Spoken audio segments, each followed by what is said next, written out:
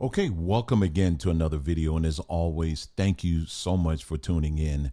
I want to take a look at this, continue our conversation that we've been having as far as it goes when we're talking about what is the black community or what is black culture. And I hope, if this is your first time, welcome to this platform. But hopefully, if you're someone that's been following us for a while, we have really been taking some very deep dives and really looking at what is black culture or what is the black community, because you talk to five different people, you're going to get 50 different responses, and there's just a lot of assumption that is going on. There's things that are implied that other people don't quite get and all of that. So what we try to do is kind of sort all of that out. And really, first of all, we started this conversation, defining what is culture, what are the pillars that make up a culture. And this is regardless if we're talking black folks,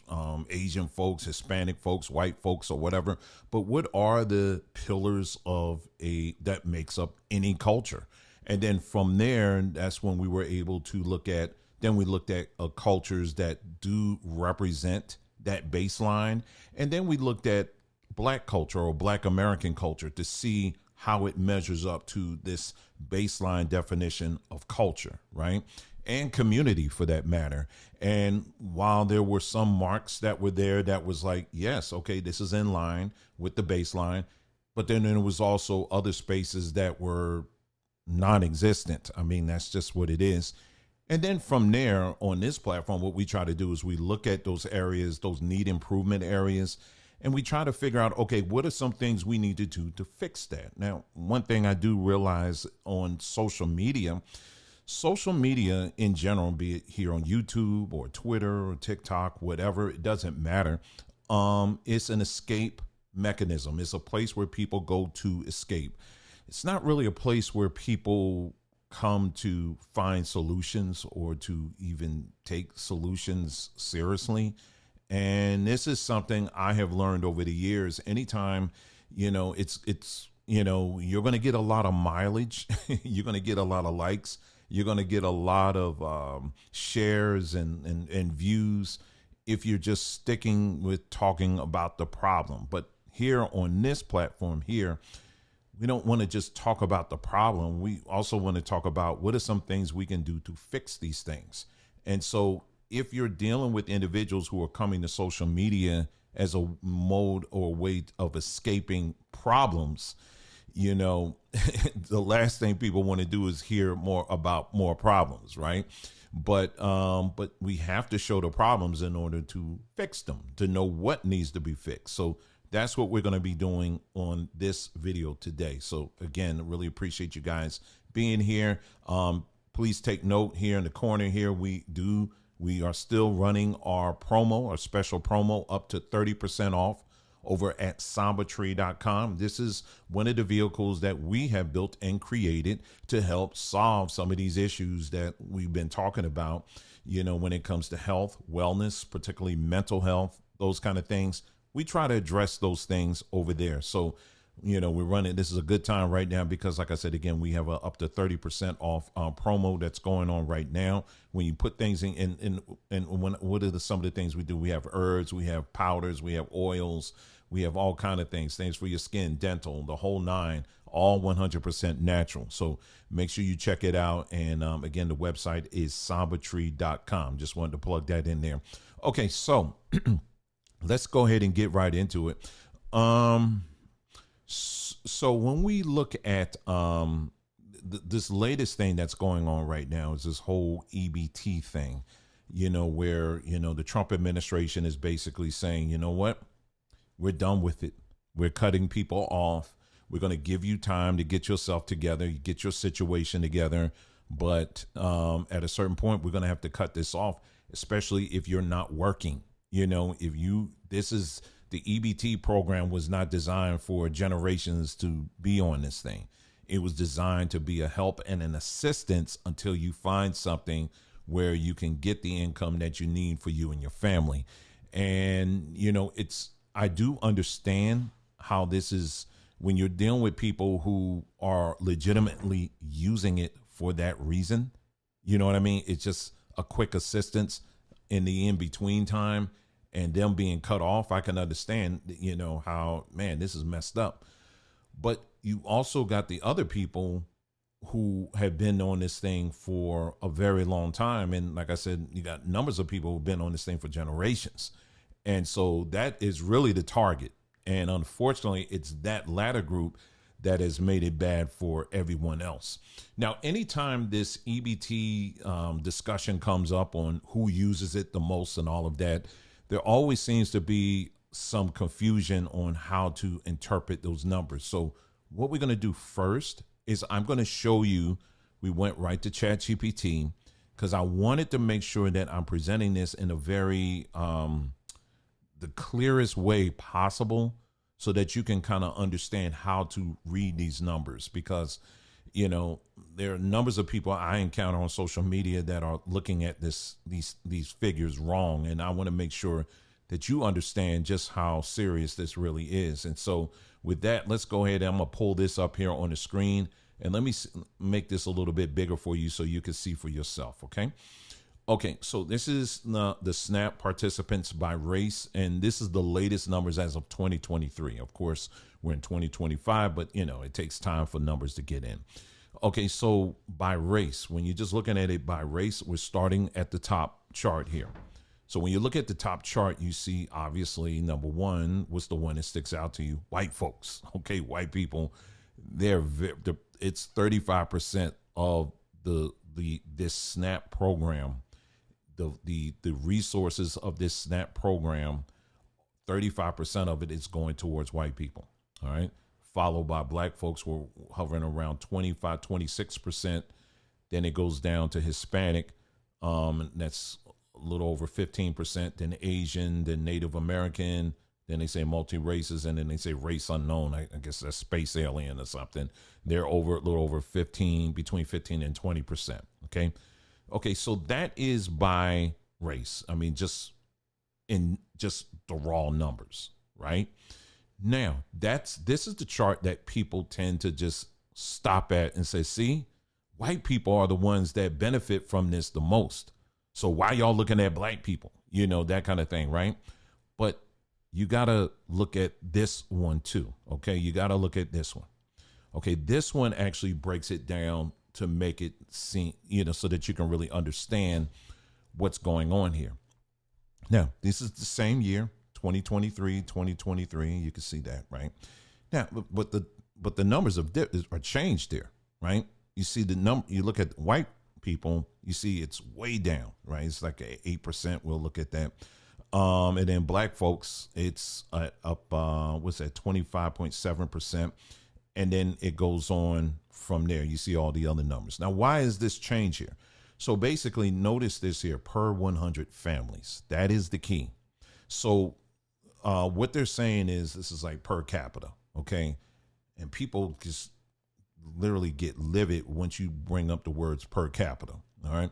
So this is right here. I'm just going to go through it here because it's spelled out for us here. All right. It says, think of it as out of every 100 families in that group, how many are on SNAP? This is what most people mean by per capita in everyday talk. Rate within the group, not the total count. So when you look at it this way, black families are 25% at the top. All right. So about 25 black families out of 100 black families are dependent on EBT, on SNAP, right? And that's followed by 23% of Native Americans, and then Native Hawaiians and Pacific Islanders, 20%, Hispanic families, 18%, Asian families, 8.8 to 9%, and then white families are at about 8%. All right. And again, these are per the latest numbers as of 2023. Okay. So again, so let me kind of put it another way for you. So let's say you have 1,000 white families, right? And let's say 10% of that, which would be 100, are dependent on SNAP, right? So, and so you got that. Black families, let's say there's lesser of us right now, just looking at population, 500 people, but it's 250 of those people are dependent on SNAP. So you see how it is even though numbers wise it does seem that white people are in fact using it the most, but they're not as dependent on the program as we are. Do you understand what I'm saying? So that's what it means there. Okay. We're not, this isn't some, I'm not playing with the numbers. This isn't word magic or numbers magic or anything like that. That's what it means. And like I said, a lot of times I'm listening to people and they don't quite get that. They just look at that first chart and they just say, see, why are you looking at us? But we do need to look at us, because what this begs, the question that this begs us now is black, what we know as black culture or black community for that matter, is it really that reliant on government? You understand? Now we're looking at we're looking at black community, black culture. Okay. I am very aware, because you're going to have people come in and talk about, what about corporate welfare? What about all this other stuff? We're not talking about that. Okay. We understand and we get that. Okay. Corporations are corporations, right? Those are companies. Those are things you just write on a sheet of paper and you can build one just like that, or you can take one down just like that, right? But people are people. We're talking black community. We're talking about the black culture. All right. It's not corporations. Okay. We're not excusing that, because yes, they have their own corporate welfare stuff that goes on all the time. We're not excusing that. We're just not talking about that. We're focused on this. Okay. On this. And so here's the thing about welfare, regardless, who we're talking about, be it corporate welfare or welfare going to a particular group. Whoever's the giver of the money is the individual or individuals that to that degree has a control over these corporations or the people. You understand? If you think for one moment that the government is just giving out free money and there's no strings attached, or they're not getting out of it, I mean, you need to wake up, because they are in fact getting a whole lot out of it. The more money that they're giving away to these corporations, or they're giving away to, the people. If we want to look at corporate welfare, for example, let's look at Meta. Meta, for example, you remember during the Biden administration basically went to Meta and said, hey, listen, okay, we done helped you out with this, that, or whatever. Now, what we want you to do is we want you to go through all your users, and anybody that says anything negative about the Biden administration or some of our policies, we want to make sure that you either flag them or take them down. And Meta admitted that, yeah, they did that. You understand what I'm saying? So that's corporate welfare, if you will. When we're looking at communities, it's pretty much the same thing. We're going to give you money, but in exchange, you got to make sure that you're voting a certain way. You know what I mean? Or you're doing this, or you're doing that, or whatever it may be. Or, you make sure you're first in line when we hand out our vaccines, or, whatever it may be. Right? So the government is not going to just simply give away money just to give away money. They are getting something in return for that. And so this should be very concerning for any people culture. In this particular case, in this conversation, we're talking about black folks, but we do need to step back and say, man, hold on. As a culture, how much control does this government really have? I mean, we can sit up here and beat our chests all day and say that we're the original, we're the blueprint, we're this and that or whatever. But at the end of the day, a good percentage of this foundation, a good percentage of this blueprint is resting in the hands or on the shoulders of the very system that you have been calling for years and years and years from day one, racist, anti-black, so forth and so on. And so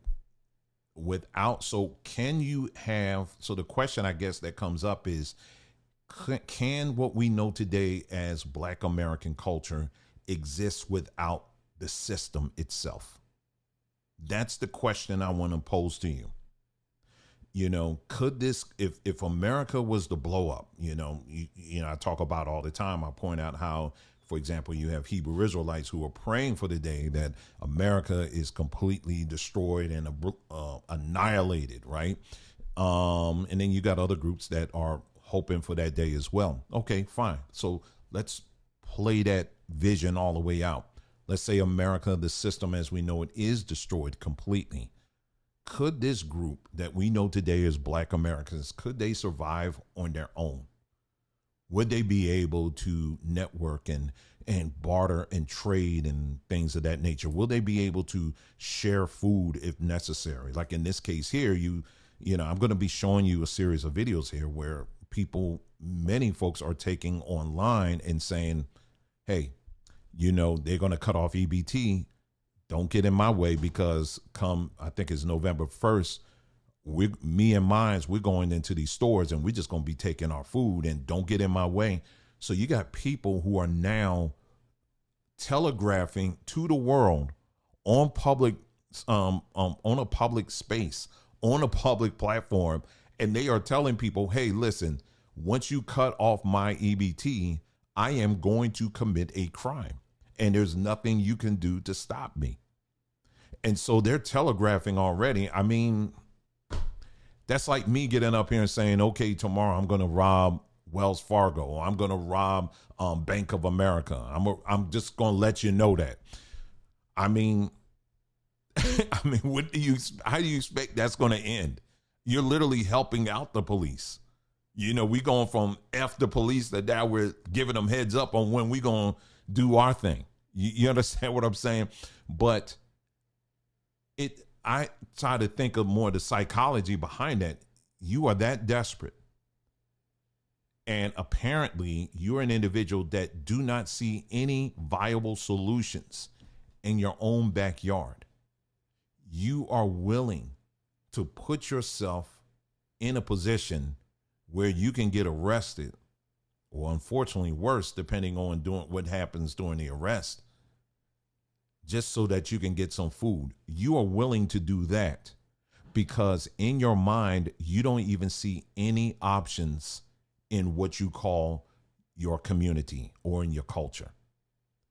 So what these people are saying, and I'm going to play a series of videos, is just that, is that their culture, their community does not have the solutions needed to take care of just some of the most simplest and basic of needs. Now, again, this is something that any culture should scratch their head at and say, something is clearly broken here. What have we been doing wrong where our survival is linked or shackled to the very government that we have declared over and over again is evil, wicked, demonic, so forth and so on, that our people are willing to go to jail just so that they can buy some food and stuff like that.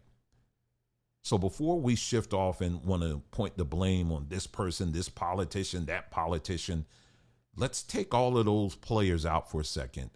And what I want you to do is to really think about that. Lean in on that before we start pointing the blame on anybody else.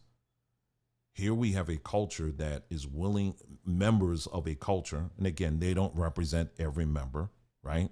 This is just a small sampling, but there's going to be a lot more people that are the ones that are the silent ones that aren't saying anything. They just already been doing it, But I want you to lean in on this. People who are considering doing this and they don't see any option because they don't have.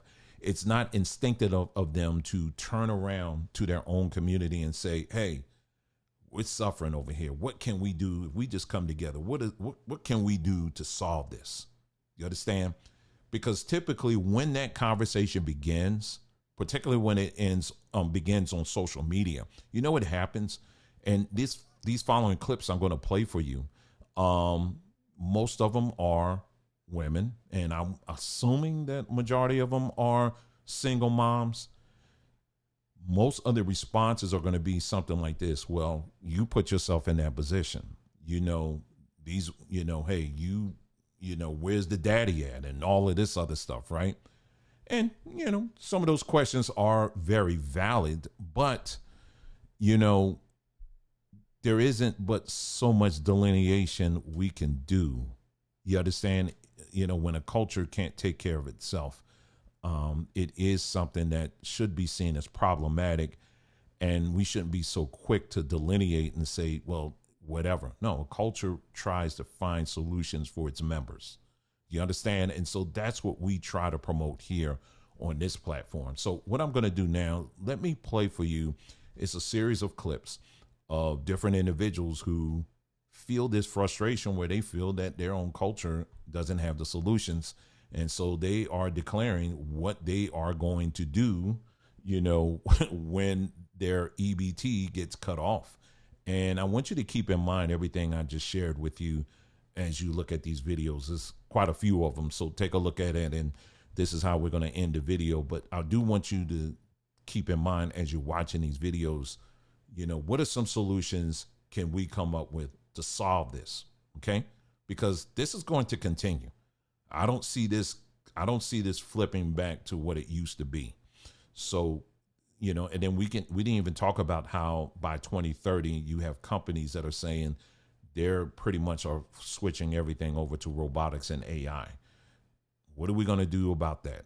We need to start looking at other alternatives to solve some of these problems, such as, bartering and growing our own food and things of that nature, supporting our own businesses, things of that nature. So anyway, let's go ahead and take a look at this video, and you guys take care. Donald motherfucking Orange Man J. Trump. I'm going to tell you just like this. What the fuck you mean? Who ain't getting that goddamn food stamps in goddamn November? Because I'm getting my goddamn shit. I don't know about the rest of you motherfuckers, but I'm getting my shit. Because I'm going to tell you just like this. On Jesus Lamar motherfucking Christ, I will be at motherfucking Walmart with my steel toes on and my motherfucking helmet, and I dare a bitch try to stop me from walking out that motherfucking store with my groceries. Baby, I'm 250 pounds solid. Baby, you want to see a human motherfucking bulldozer, baby? Because that's what the fuck I'm going to turn into. If you think you going to stop me from leaving out that goddamn store with my motherfucking monthly groceries that I get every goddamn month, I ain't bothering no goddamn body, okay? Why the fuck is y'all bothering me and my goddamn food? I'm just so tired of his big back, bald head, cradle cap having ass. Shaped like a motherfucking penguin any motherfucking way, albino motherfucking walrus looking ass. I'm sick of him. Like, it's gonna be an episode of goddamn Snap if y'all turn them goddamn Snap benefits off, I can tell you that. If you gotta take those groceries, go ahead and take them. If you gotta walk smooth out the door, just take them. I don't care. I support you. I support that message, and I'm gonna mind my business. That's what I'm gonna do. If I see somebody walking out with a cart full of groceries that I know is unpaid, like, I'm minding my business, because so what? So what? They're taking away food from y'all. And I see a lot of people making videos and in the comments saying, well, that's not the solution. What is the solution then? Because it's either take that or let your kids starve. Like, I don't see what's going on right now is just pure evil. They do not care if y'all eat. So why should we care about the money that's going into those corporations? That's all I'm saying. Like, we want to do something just has to be done. Like, I don't know what the solution is, but I will say, if you got to take that food, go ahead and take it. Just go ahead and take it. Like, the more people that do it, they'll get the picture, because no mother should have to pay $60 for one can of baby formula. That's ridiculous. Like, it wasn't even that much when my tube was coming up, and it was expensive then. Now it's ridiculous.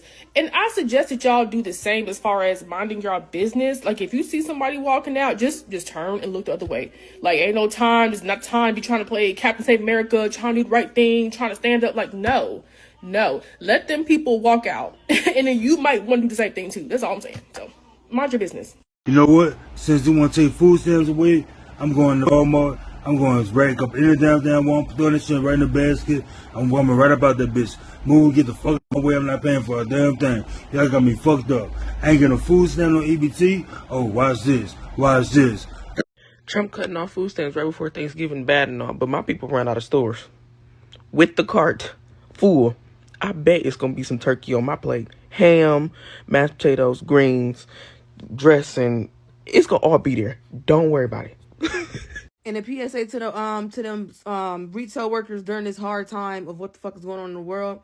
I really don't advise y'all to try to chase after anybody that's trying to collect them some food for their family as they're walking out that door with that cart, because you might fuck around and don't make it home. What's going on in this world, I really think it's y'all best bet to let them people walk about their store with that shit and you mind your business. Because I promise you, when y'all get in my face, I'm going to flu flocks y'all ass. I swear for Jesus.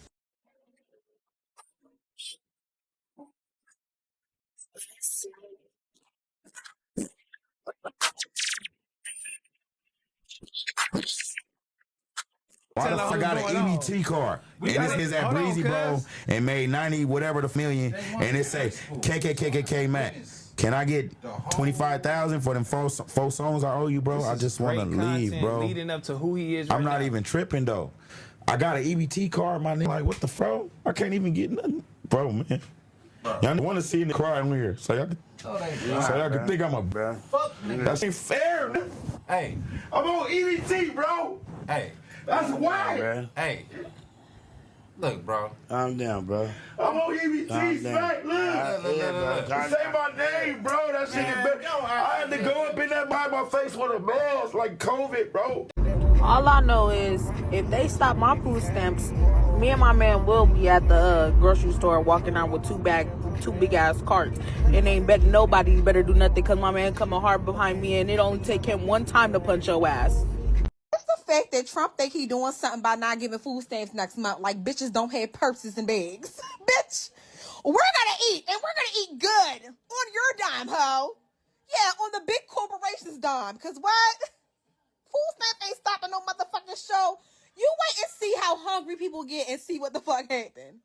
Bitch, let me tell you something. Them junkies that be on North Avenue is going to have a field motherfucking day. They going to make their money on. Okay? You ain't stopping shit. Okay? Because as long as I got a purse, a car, bitch, some car keys, my baby's just going to eat if I have to. I'm going to do what I got to do. Catch me if you can. And I only pay $50 in rent. Does that make you angry?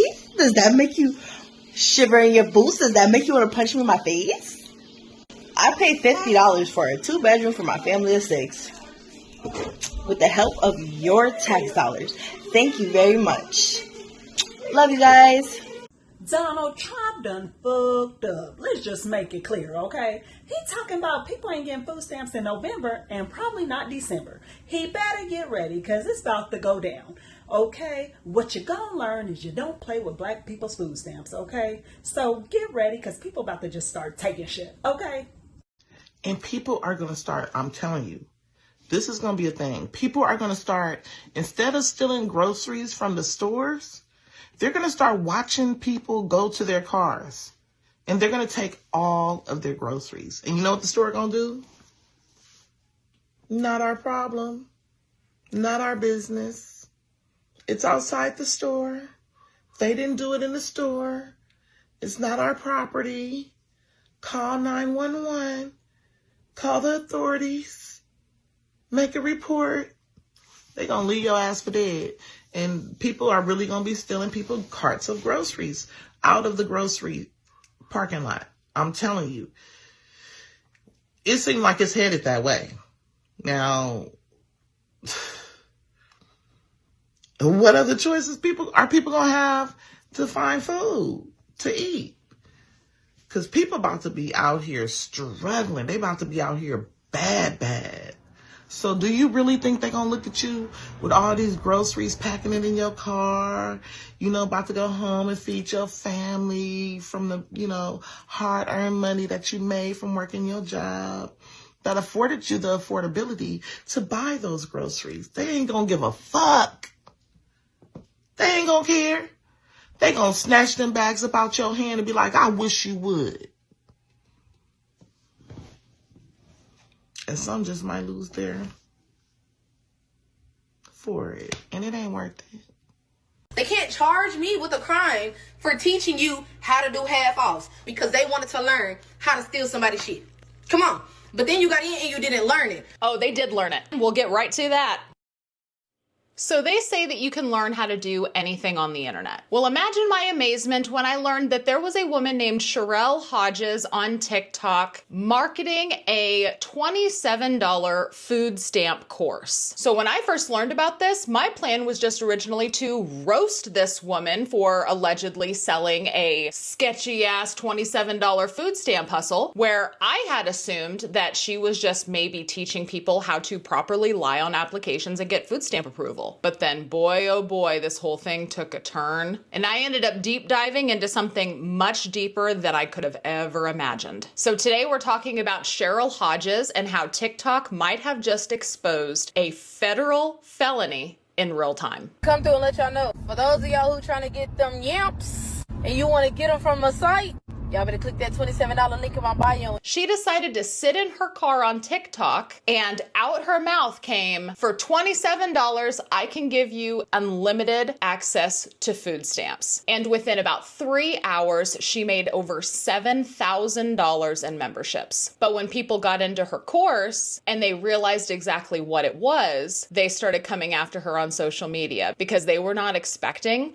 all of the federal crimes and laws that they would have to break to practice her teachings. And one of those things that she was teaching was how to access a website where you can steal active EBT accounts. This isn't just a side hustle, it's a cybercrime. I think it's rightful to say when people joined this After Dark group that they weren't expecting legal unlimited food stamps. But I don't think that they were planning on taking the benefits from actual food stamp recipients that applied and got them approved legally. I woke up to try to order groceries using my EBT card. Yes, I get food stamps. Don't fucking judge me. I'm a single mom of 5. I'm trying my fucking best, okay?